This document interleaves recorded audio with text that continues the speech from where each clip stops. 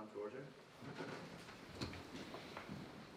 Welcome to the St Andrew's Debating Society, the oldest and some might say finest of its kind. Here. The motion that stands before the House this evening is that this House opposes foreign ownership of sports clubs. We're joined by some excellent speakers tonight, Fiona Waddell on the proposition side and Chris Mclaughlin on the opposition side.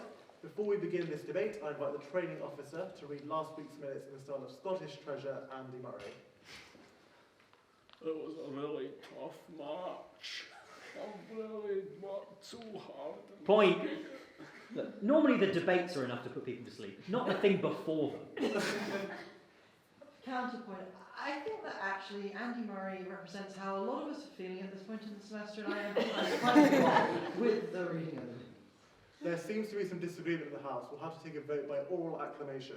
Ooh. All those in favour of taking the minutes as read say aye. Aye. All those opposed say nay. Nay. Seems rather close. I must consult with my sergeant. Aye. The minutes are taken as read. Resign. Without any further ado, I give the call to the proposition speaker to give their address defending the motion that stands in her name. To him.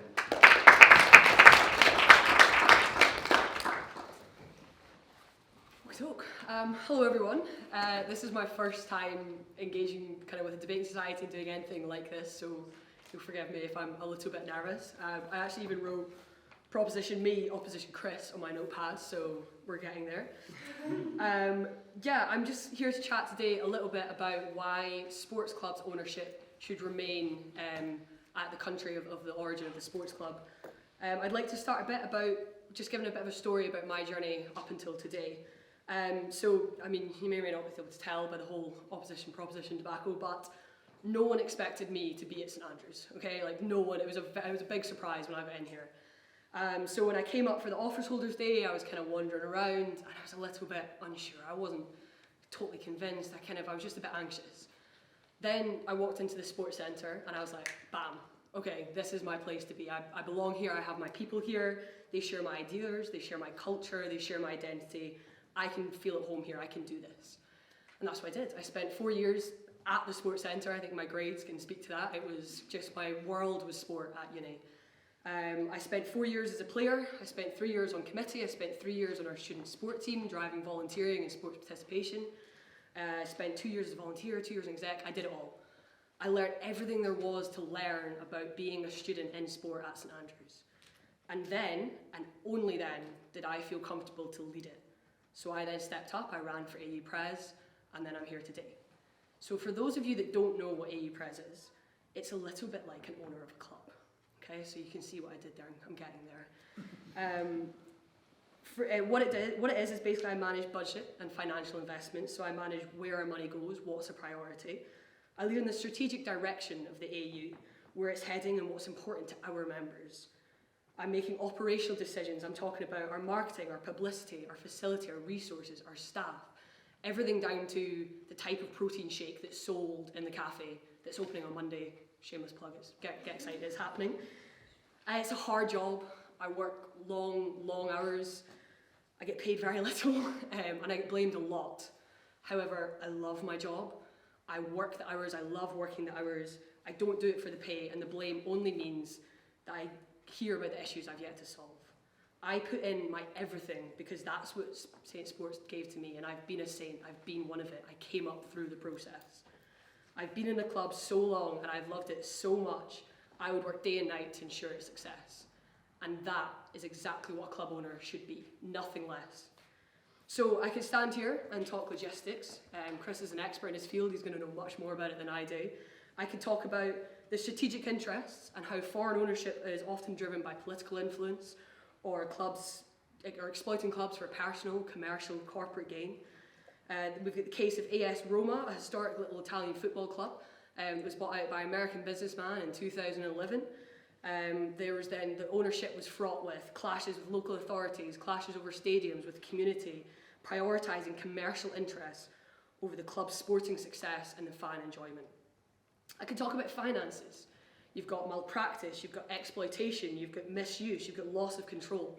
Blackburn Rovers, a football club that was completely at the mercy of someone over in New Delhi, a lawyer, a judge, making a decision based on their accounts, their finances, because they had to pay an outstanding £26 million tax bill. Not to mention the legal and the regulatory challenges with taxation, labour hours law, league regulations, which led to the €60 million fine that Man City had to pay under its Arab ownership.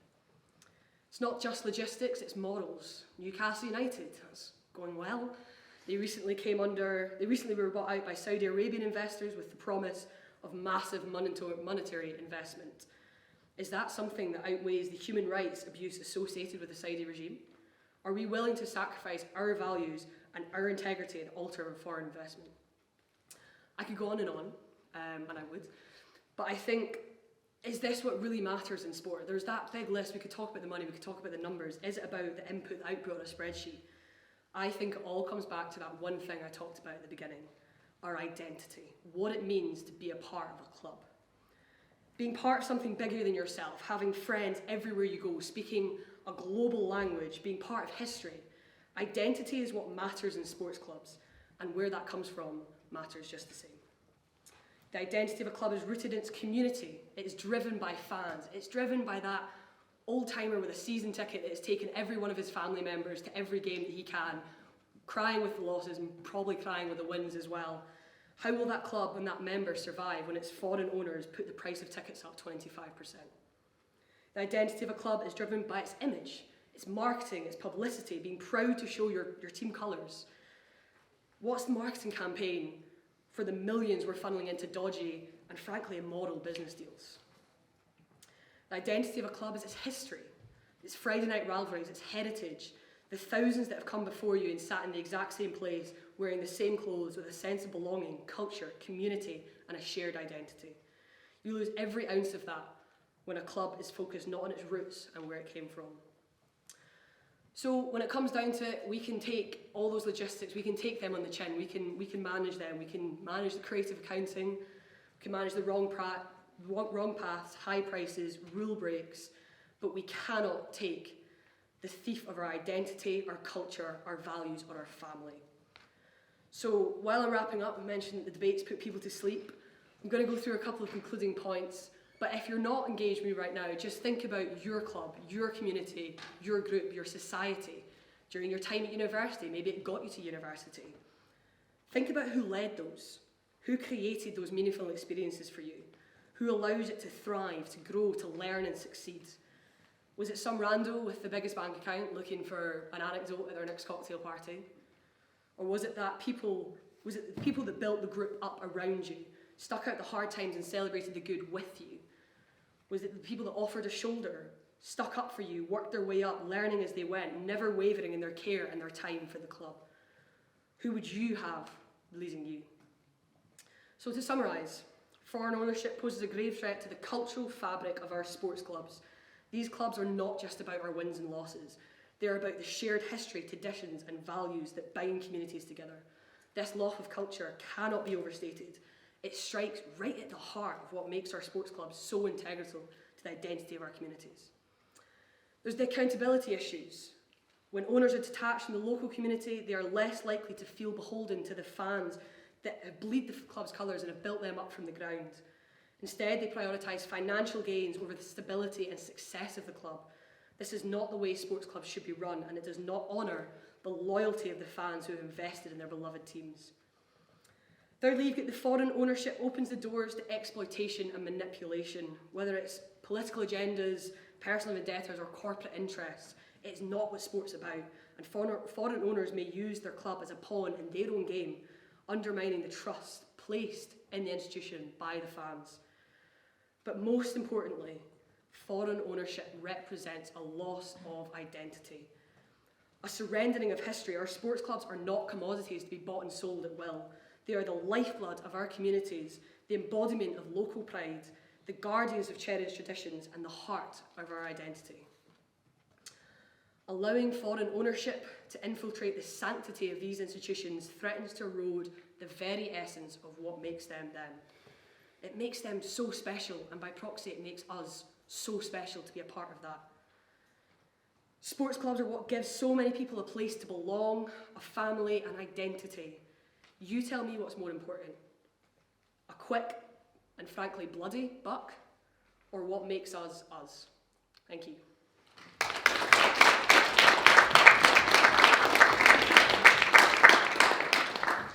speaker for their excellent address, and I'll now cross the floor and give the call to the opposition speaker to give their address and to begin the case for the opposition bench. Go ahead.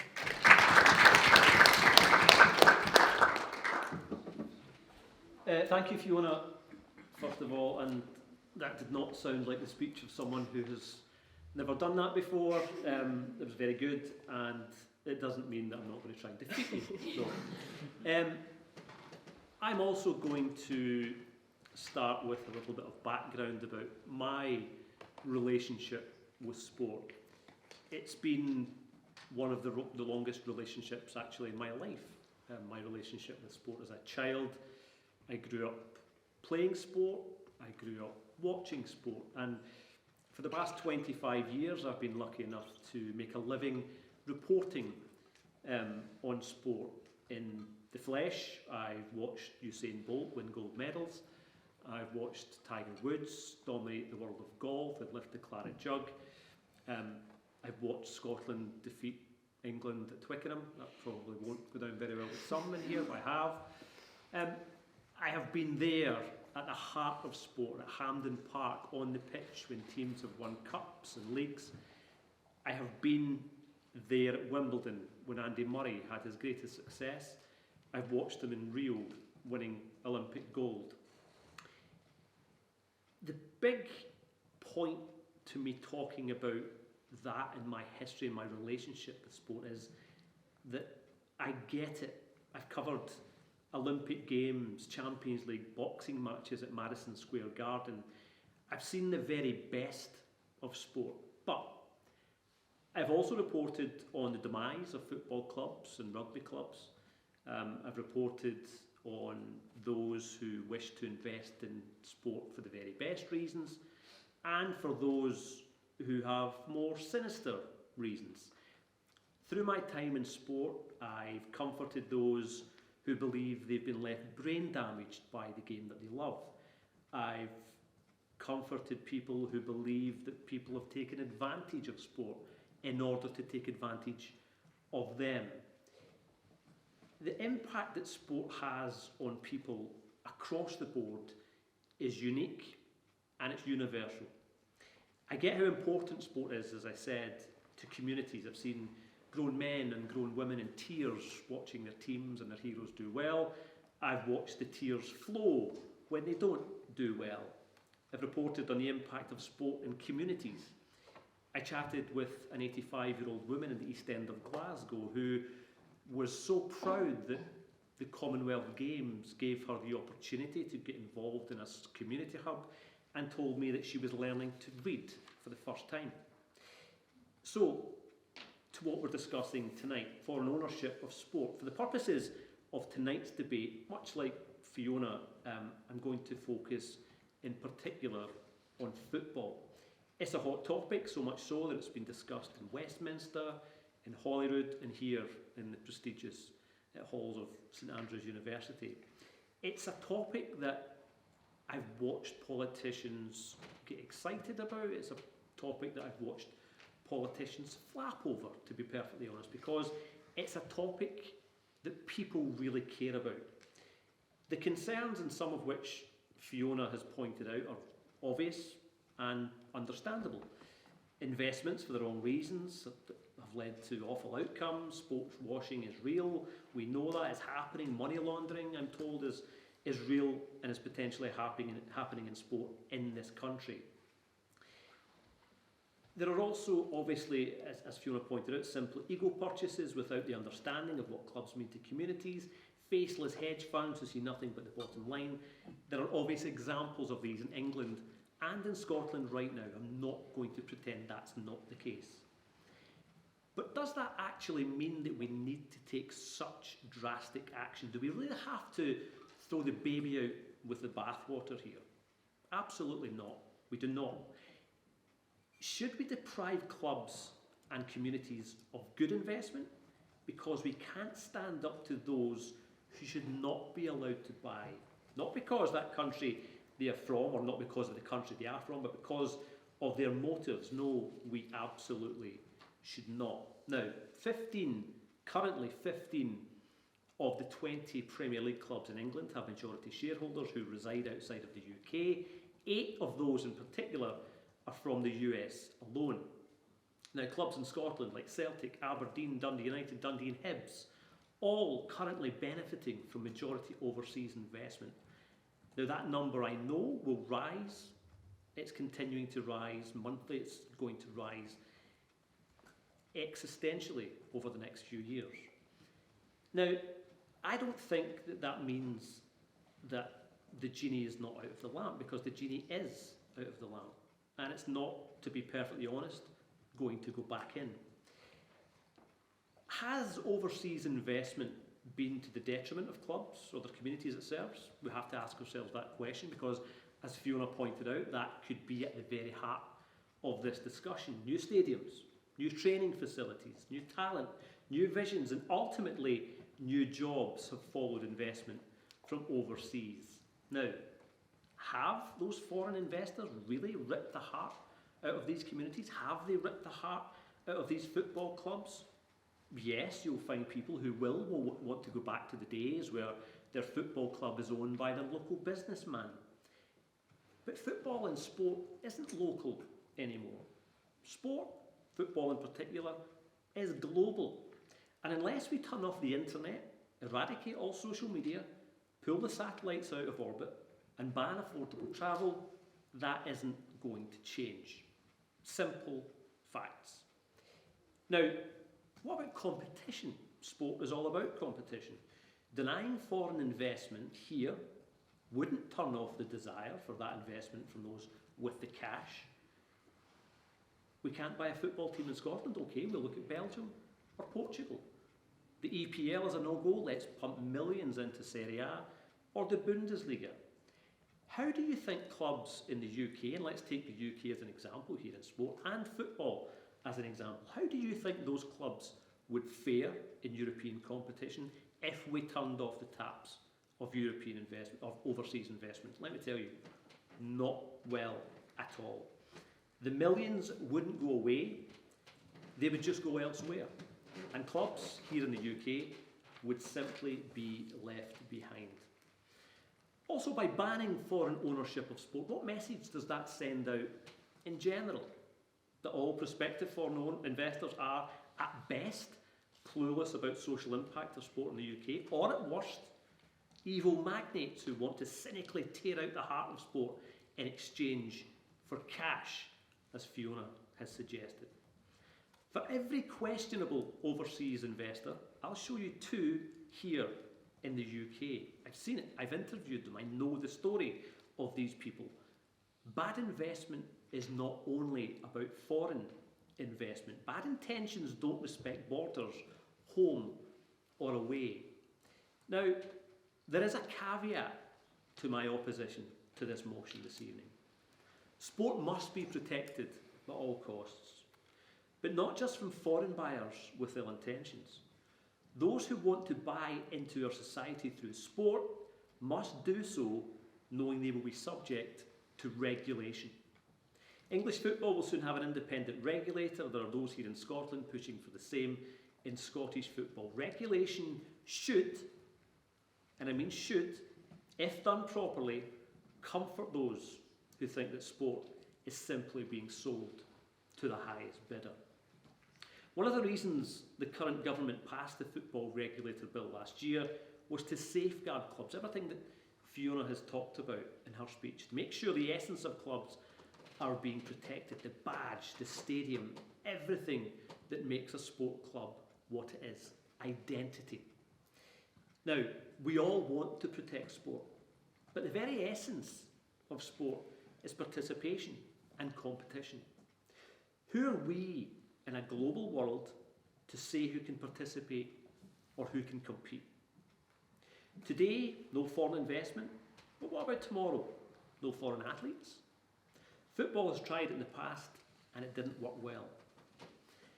Shouldn't we then instead celebrate that our sport is worth investing in? Shouldn't we work with overseas investors to grow sport in this country? With proper regulation and checks, sport in every sense should be open to all. Thank you.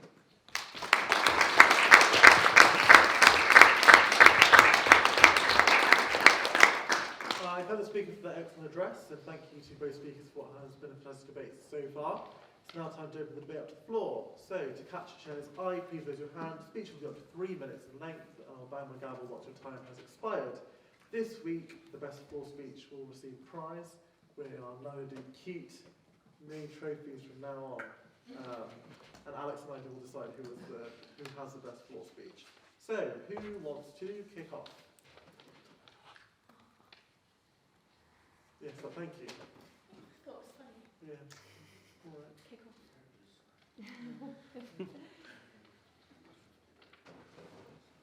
State your name for the minutes. Freddie, nice to be here. So I think I want to take up some umbrage with what Mr. McLaughlin said, particularly on some of the ideas of how would our clubs compete on the European level against if the foreign money just went elsewhere. Well, I think first of all, there is one club that has the unlimited foreign money that is in Europe that is unable to buy any amount of victory, and that's Paris Saint-Germain. Apologies to Inez and other French members in the House.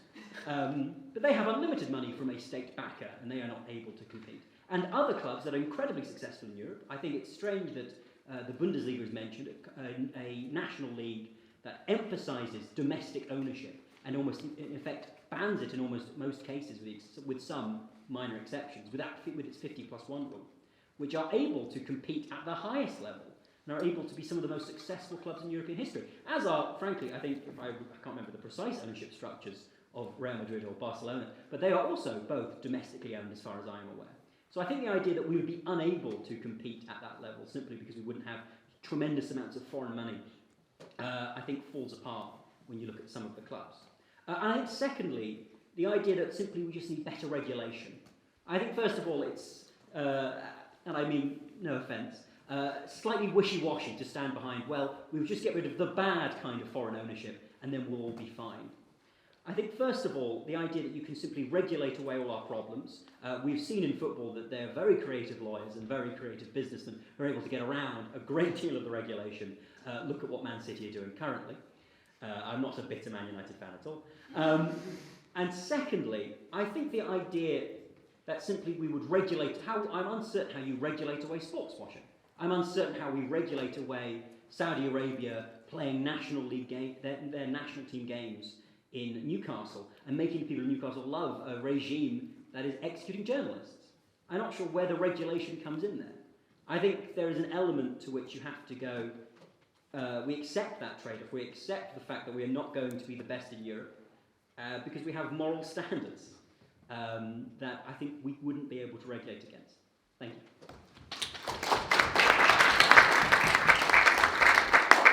Another member for their fine floor speech. Any other speeches from the floor? Yes, please state your name for the minutes. James Langley. So, speaking sort of a bit to a counter to Freddie, I know this conversation has been a lot about football, but I would like to bring in rugby for a second and talk about the English Premier League in rugby, which is in dire financial straits. It's been in this problem for a while. Quite tragically, two quite famous London Premier clubs, London Irish and my own, the Wasps, have financially folded. The Wasps being a huge impact to where I live, because many of the talented lads from the south coast of England would be drawn. The Wasps was a major recruiter of them, and now they're gone. And the point I make here is that rugby is a game which is driven by is one of the few major international sports which is driven by its national game.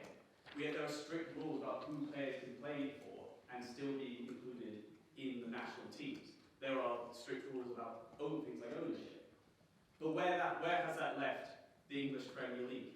Falling behind the French Premier League that can pay far more and has been taken tab until Henry Arundel famously has been taken by Paris.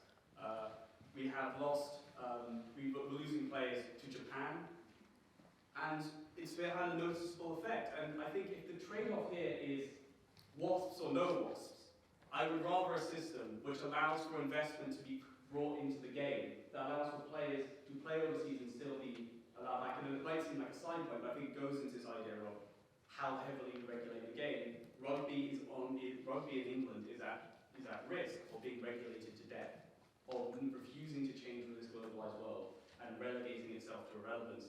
And quite frankly, the only people who suffer, or the people who mainly suffer, are players who lose their clubs and fans who also lose their clubs.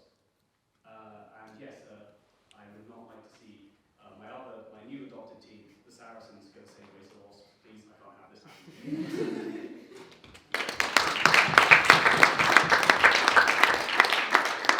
Another member for the floor speech. Another speeches from the floor.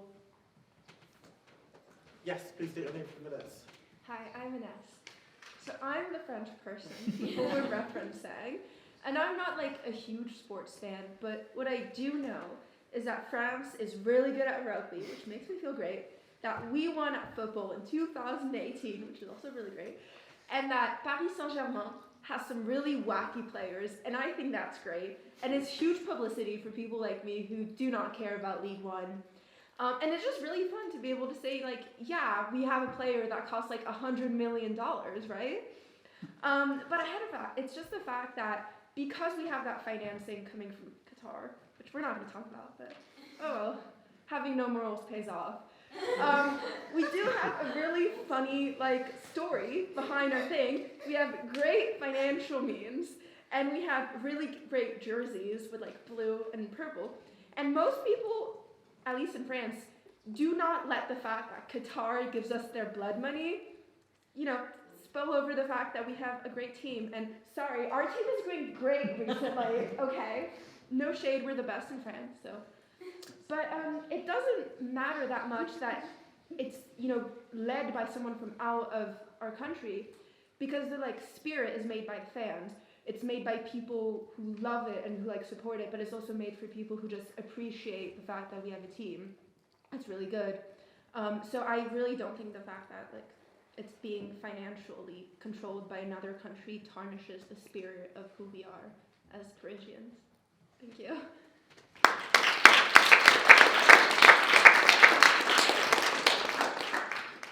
The floor speech, another speech is from the floor.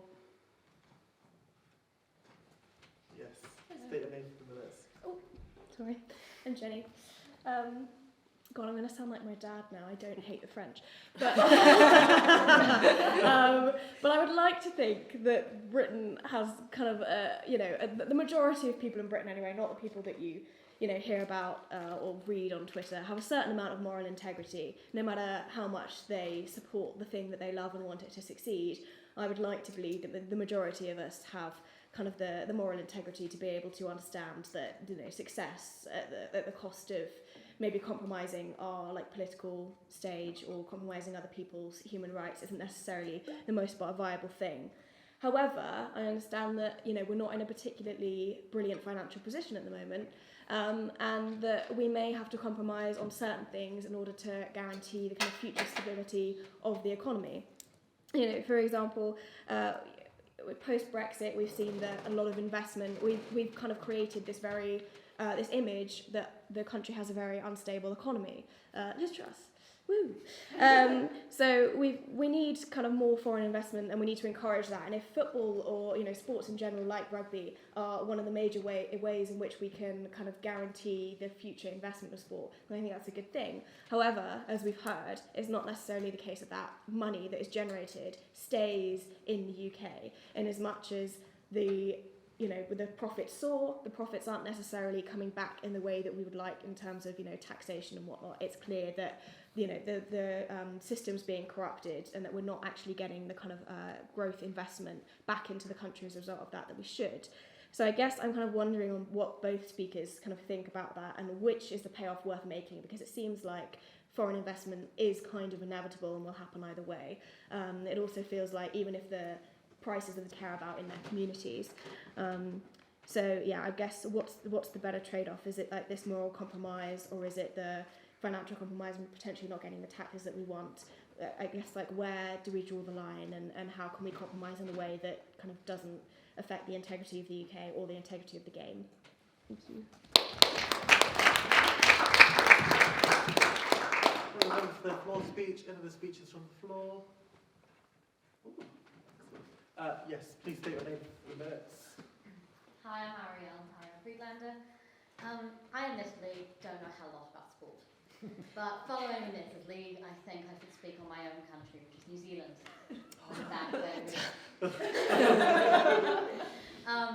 New Zealand is famous famous for its rugby, particularly All Blacks. It's my own claim to fame being here. But we're also famously resistant to foreign investment. Until very recently, with a recent deal, I think of 3.5 million from a United States investor, because we actually can't afford it.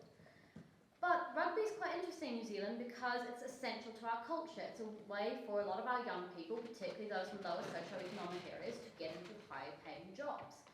The sense of community in New Zealand, as a country of 5 million, is the idea that our players give back.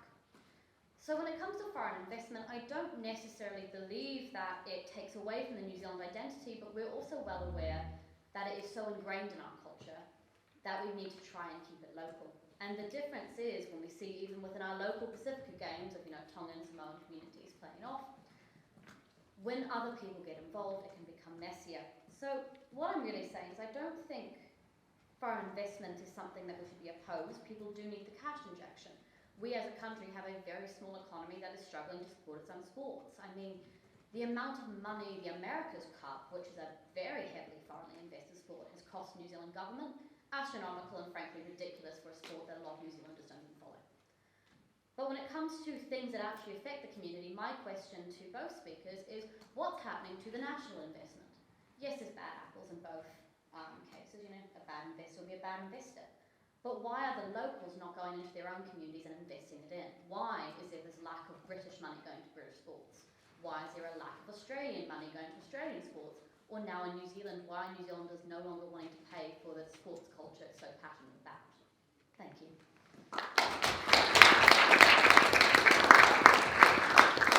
Remember to find floor speech. Any other speeches on the floor?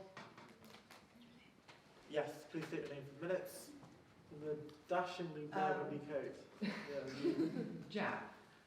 So I think I'd like to return to the point about the benefits that investment can have in certain sports clubs. And I think that this is probably certainly true, like new stadiums, new training, but also the purchasing of very expensive, very good players that they purchase essentially from a lot of other clubs. A lot of the clubs down the leagues, in lower leagues like the Championship, where you have Premier League clubs, effectively using the massive amounts of money that they've got to buy up the best players, to stunt growth, and to continue their position at the top of the league in which they are.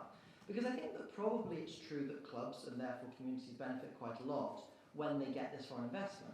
But I think the question needs to be asked is, well, maybe 15 out of 25, 15 out of 30 clubs at the top, and very, very few further down actually get this investment. So what happens to those who don't have access to this foreign investment? Either because they're just unlucky, either because they have quite stringent fan ownership systems like Wimbledon, or just because they're lower down the leagues and they're not interested to outside investment from places like the United States. And I think that what happens to them is that they are outcompeted. I think that they're outcompeted in a way that's effectively structural, and they have their players taken in free market systems, which mean that actually improving and rising up and actually creating that sense of ability to actually win games is completely nullified and taken away by the fact that they're structurally disadvantaged. I think that probably when we're looking at competition, we're not necessarily wanting to look at the competition between Man United and Paris Saint-Germain, but between the fact that Man United, Liverpool, Man City are able to keep their position at the top of the league tables going for so consistently for so long that they're able to completely monopolise the ability to actually win in sport and completely take away from the ability of any other clubs, any other communities who also value their clubs doing well and succeeding over the years from rising up and being able to take them on. Because there is no competition in these leagues when you have all the investment going to only one or two clubs at the top.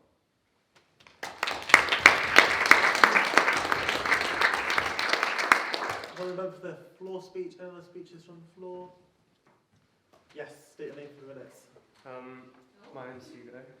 Sorry. Oh, sorry, is there more than one? Hugo, you go first. Okay, so this is for the opposition. So the overseas purchase of football clubs is leveraged by a huge amount of debt, as we know. And out of the 15 foreign-owned sports clubs in the Premier League, they are all for profit. Debt serving will only hinder the talent discovery, training investment and youth development of the players and for the community. Some of the money will just be taken out of the good deeds and used to service the debt used to purchase the club in the first place. For example, Man United is in debt by 716 million, and Chelsea 700 million, just for a few examples. And additionally, there is little incentive for foreign owners to provide benefits to the local community, and it just simply doesn't align with their financial gain. And also for the proposition, continuing from the amazing Kiwi lady over there.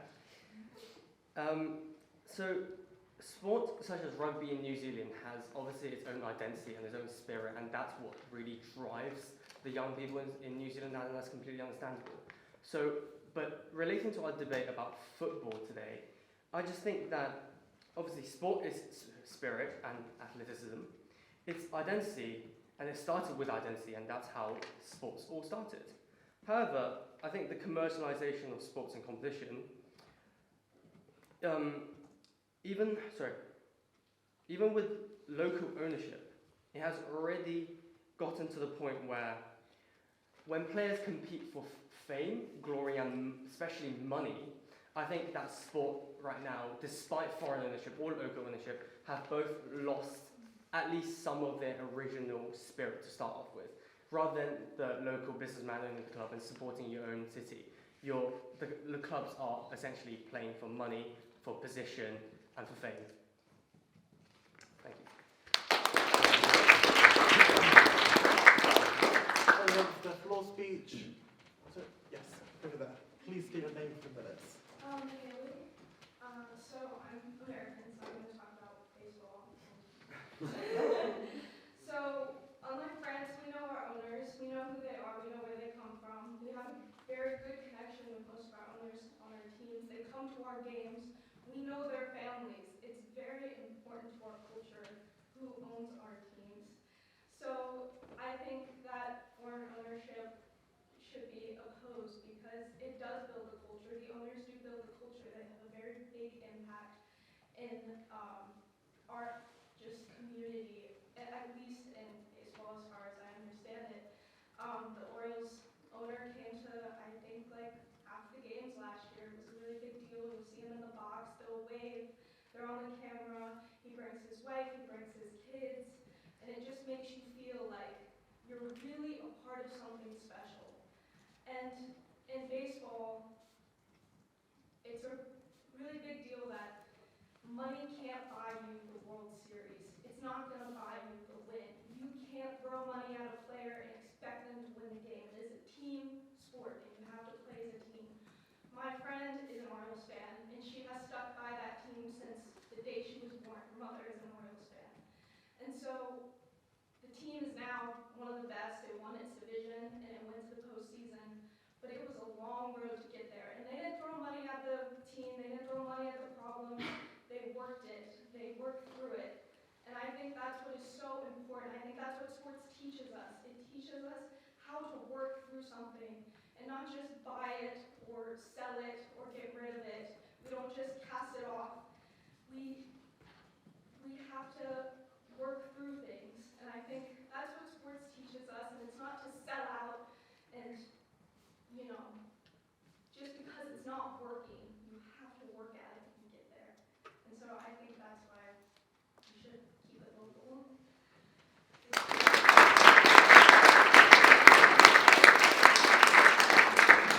Another member for their floor speech. Any other floor speeches? Yes, state your name for the minutes. Now, when I see the opposition of foreign ownership of sports clubs, I see a through line which goes through, in my opinion, a lot of European and American politics, and that is a suspicion of foreign business, foreign politics. And I've observed, every time one of these laws has gone through a policy decision which leads to a retraction of a state from the global community, nothing good follows. This is the same through line which led Brexit to happen, which has, of course, been widely detrimental to the United Kingdom. This is the same through line which led Donald Trump to pull out of the climate agreement, which has held back potential CO2 emission decrease by an amount I am not even sure about. And ultimately, if allowed to continue, it will lead to a more fractious, separated, impoverished world with a global community that does not have the power to prosecute international crimes, United Nations which will be even more ineffectual than the historic League of Nations, and ultimately a disunited human race. I hate to be melodramatic, but thank you.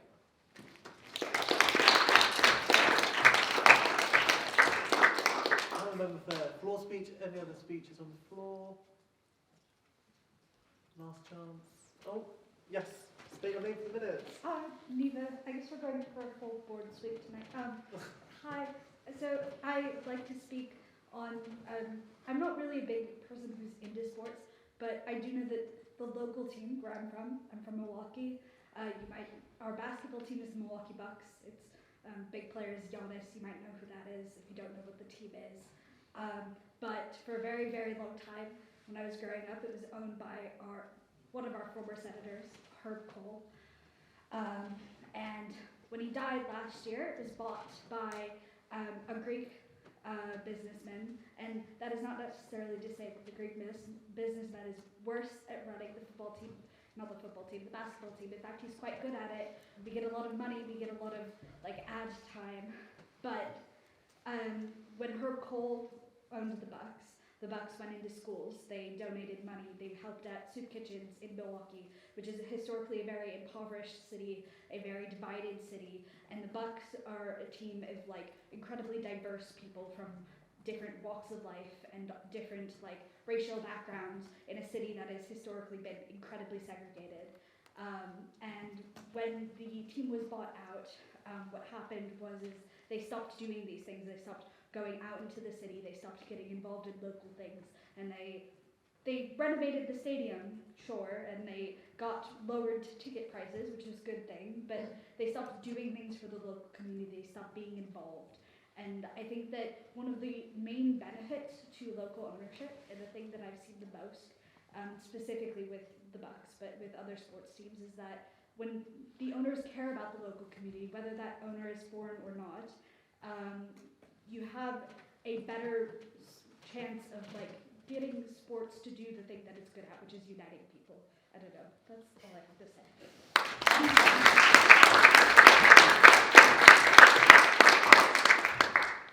I thank the member for the floor speech. Any other speeches from the floor?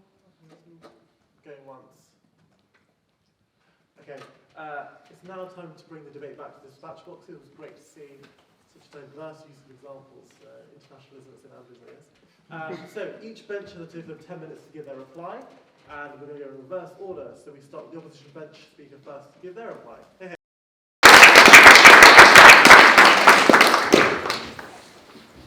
hey. I think the one thing we're all agreed on this evening, no matter which side of the argument we fall on, is that sport is really important, not just for our development as people, for our society, but in terms of things like entertainment and fitness. It's hugely important, and it's something that I'm always trying to champion in my work, just how important sport is. So I'm really pleased that everyone is passionate about sport. I want to take a few points individually. You mentioned the money that might not flow into other leagues just because it flows out of the EPL, for example.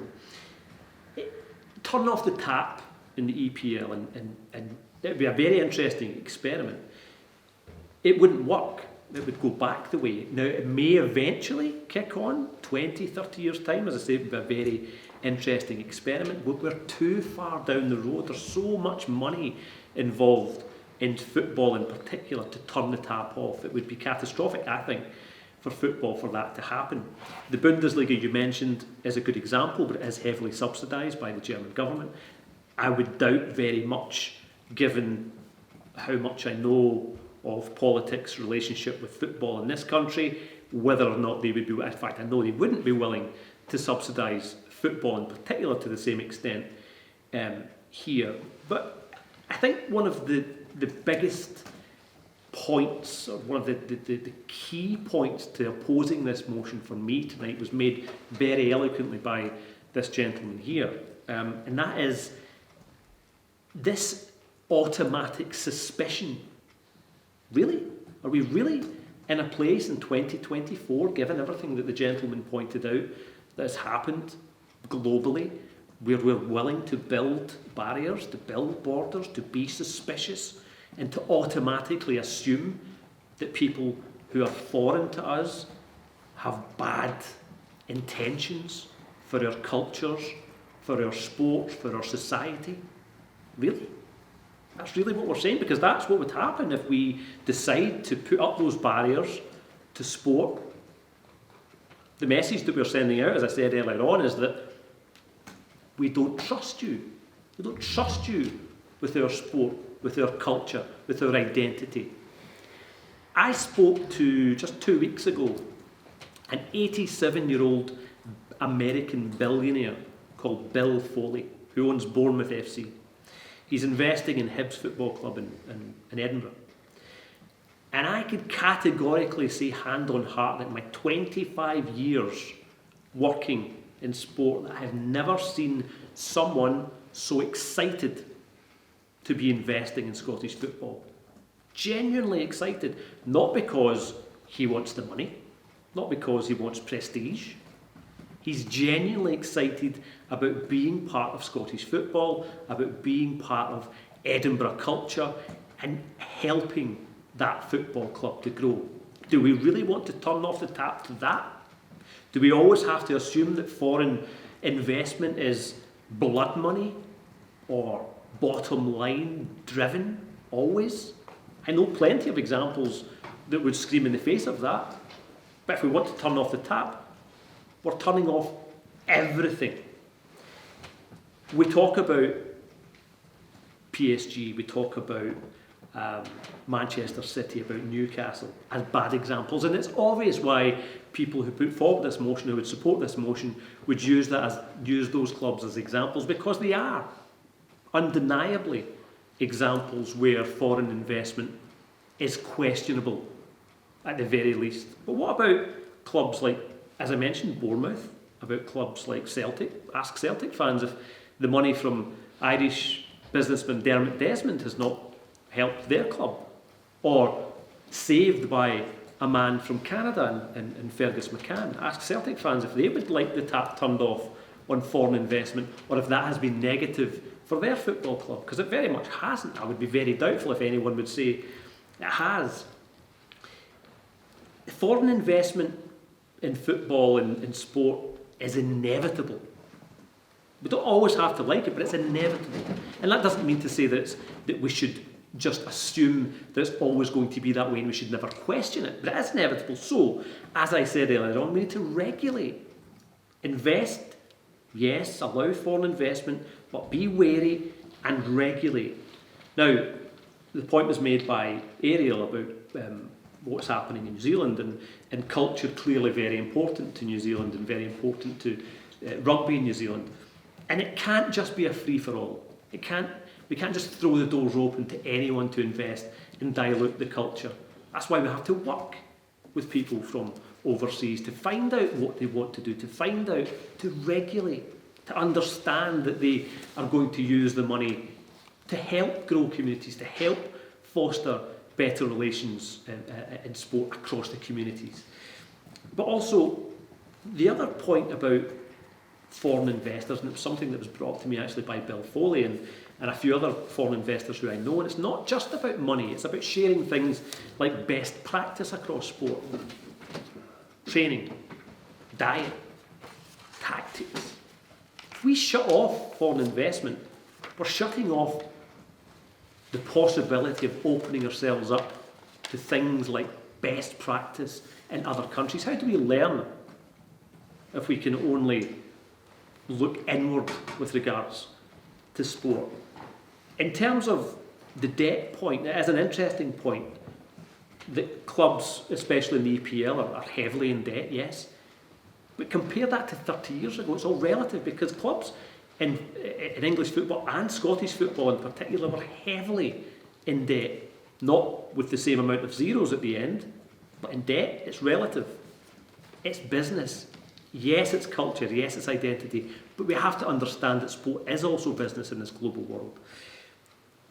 So, in terms of going back to my main point, and the point again so eloquently made by the gentleman on my left, it is about that fear, that suspicion that doesn't sit comfortably with me in any part of society, and especially not in the part of society that I truly care about, and that's sport. Foreign investment is here. It's good. We should open our eyes to the benefits of it, but we should regulate. Don't turn off the tap. Regulate. Thank you.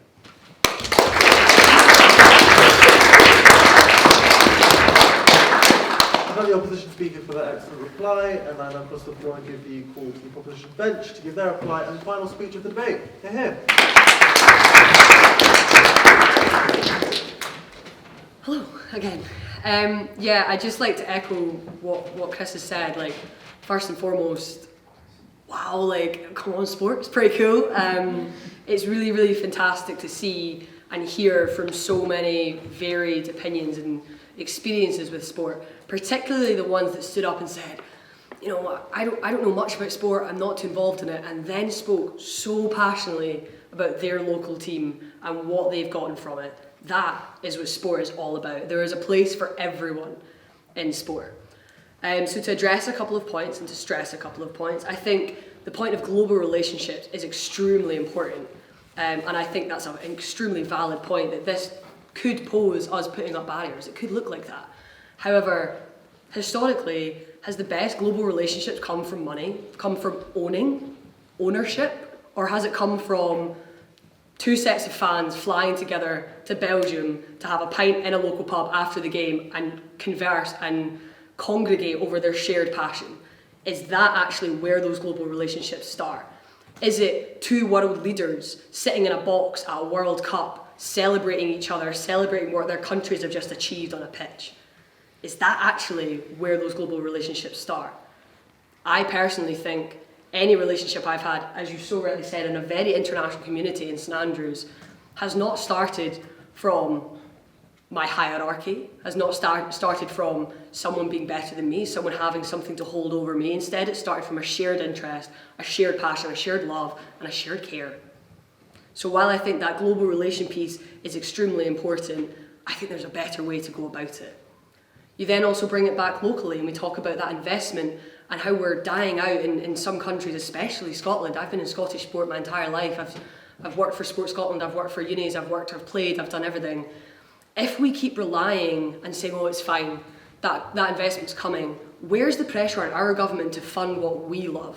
What is good for us, what is good for our mental health, what is good for our communities? Anyone, it doesn't matter if you're playing or involved, benefits from sport, I believe. So where's that pressure on our governments if we can sit back and relax and say, oh, we'll get it from somewhere else. We'll get it from America, who, frankly, does sport right, in my opinion. They really do well at fostering that sense of community. It really, as you say, from birth to death, you are one team strong. That's a really fantastic thing, and I'd love to see that driven in our country as well. One thing I think is really important to stress is it does happen, and the tap is on, and we get that sometimes it's too hard to pull it back. However, years and years and years ago in sport, racism was too big in sport to handle. Sexism was too big in sport to handle. It was, do you know what, we're benefiting from it, we're gonna stay quiet while other clubs maybe suffer, other people suffer, because something is just, it's how it's always had, it's working, it's how it's been, we're going ahead. As sport, historically, the one thing we don't do is settle, right? We are driven by competition. We are constantly trying to be better, be the best, do everything. We don't just take, oh, do you know what, some of them are a bit iffy, but most are okay. We say, nah, we're pushing, we're driving, we're not sitting, resting or anything until we're 100% happy with what's in front of us. We've done that with racism in sport. We're getting there. Yeah, we're still not happy. It's still there. But we've proven that we can absolutely, as a community, as a country, as a world, fight something that we don't think is doing the best for our sport. We've done that with sexism. Arsenal Women's have just sold out Emirates Stadium. It's fantastic. I mean, even when I was a little kid, like even 5 years ago, I didn't think that was going to happen. I didn't think I'd watch Caitlin Clark be the most valuable athlete in America right now. But we stood up and we said, this isn't right. We're going to fix this. We're going to bring it back to our roots. On that as well, I think what's really key is that, again, going back to the global relationships part, but what we don't settle for is a quick fix. We don't settle for, let's put money at it. Let's put money towards I love the best practice element of it, but we don't like having our money directly linked with, we don't like having our success directly linked with money. So while there is that global relation, I love, one of my best experiences, one of the things I've learned most of an athlete is when I'm learning from another culture, another community, another team, another country. But I don't want that to be stipulated by money, by ownership. I want that to be happening because we both love the sport. We both want to be better. We both want to push each other, and we're working together to do that. So investment and relationships isn't just about money. It is about so many other things that we don't want controlled by money. It's about that friendly at the beginning of season that's against another country. They taught you a play, you taught them a play. They taught you a chant, you taught them a chant. That's investment. It's not all about the ownership. We don't need to own things in order to give back to them, in order to push them forward, in order to drive them, in order to teach them things, in order to learn. So while I think that element of learning and growing as a competition, as a nation, Scotland, we're quite small and we're not that great at sport. We'll see what happens on Saturday, but we're not that great at sport sometimes. So I'm so open to learning and embracing other cultures and communities. But I don't think that happens through owning and through having something hanging over your head that's all about the money. As we said, we buy up big players. Since when are highly skilled people pawns or tools just to trade at will for what works for that ownership, for them out there drinking buddies and saying, oh, here, I bet I can beat you next year, watch this, I'm going to put 100 million at it. That's not what sport's about. It's never been what sport's about. And absolutely, it's a business, but it's so much more than that. It is about being that Kiwi and being that absolute, just picking up a ball at the age of 2, and that's what gets you, that's what gets you to your job.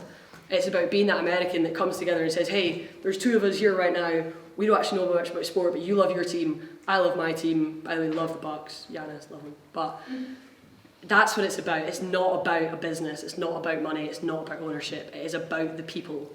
And if we give that over and we lose control of that, we've lost, in my opinion. Thank you.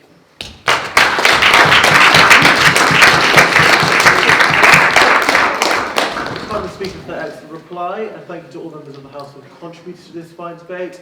It's now time to call the House to vote, so please raise your hand nice and high if you side with the proposition, i.e. you oppose the foreign ownership of sports clubs.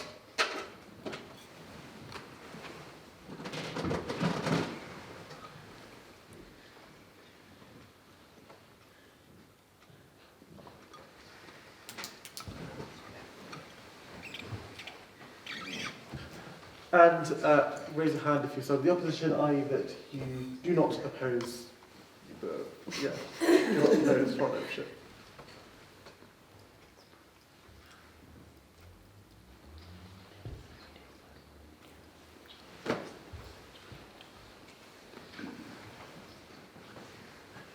And you can have a small number, isn't it?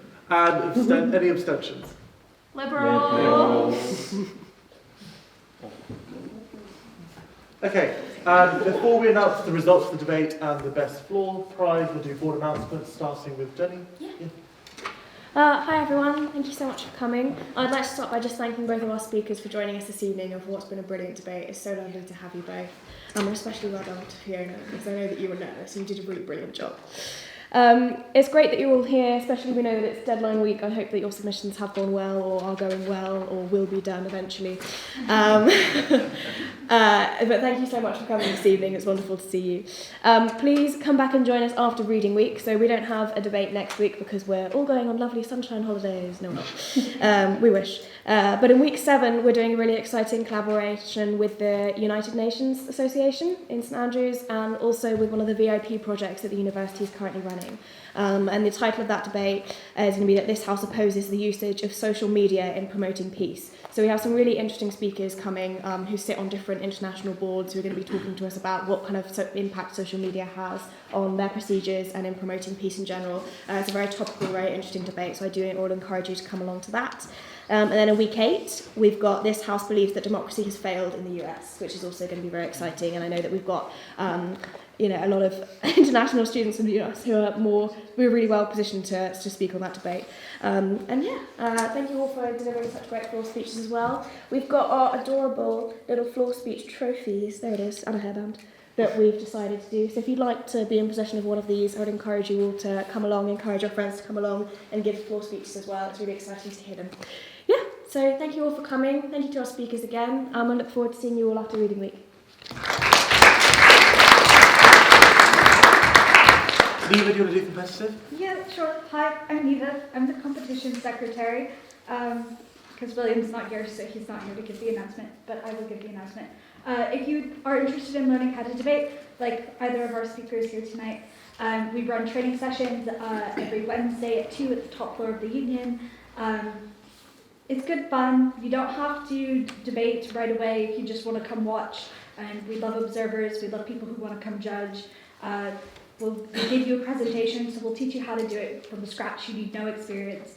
And yeah, if you're interested in attending external competitions, attending training is the first way to start doing that. So, yeah, woo.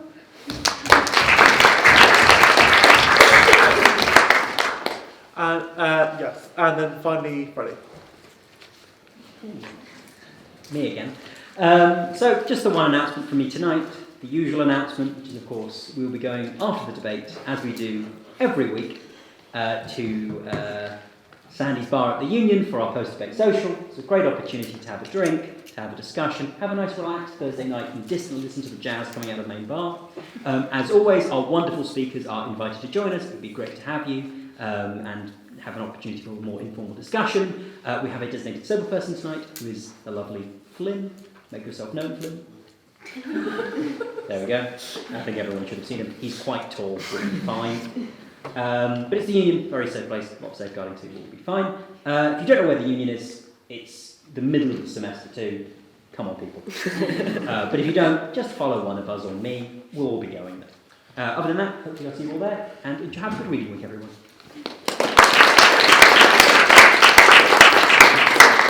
I actually have an announcement this week, which is usually quite rare. I know I'm stalling who's winning. Yeah. Just to reiterate what everyone said, there's no public debates, training or socials next week, but that's not my announcement.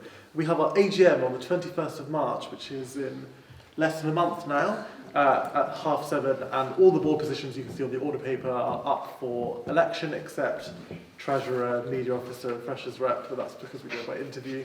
But those are the other ones are. Please talk to the relevant person if you want to know more about it. Olivia will post more about the descriptions as well. But yes, please consider running for those. We will announce the best floor speech prize in an attempt to appease our Lord and Saviour, the Instagram. We're going to have to take a photo with the person who wins the floor prize, but please do so. It's with me, and I'm great. This week we decided to go give the best floor speech prize to someone who's very passionate and really conveyed through their floor speech, and that floor speech winner is Hayley, so congratulations.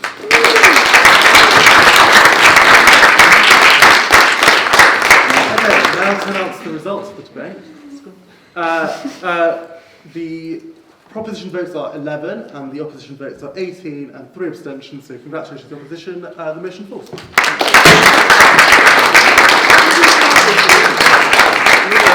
Thanks for coming, everyone, and Hayley, you can come grab your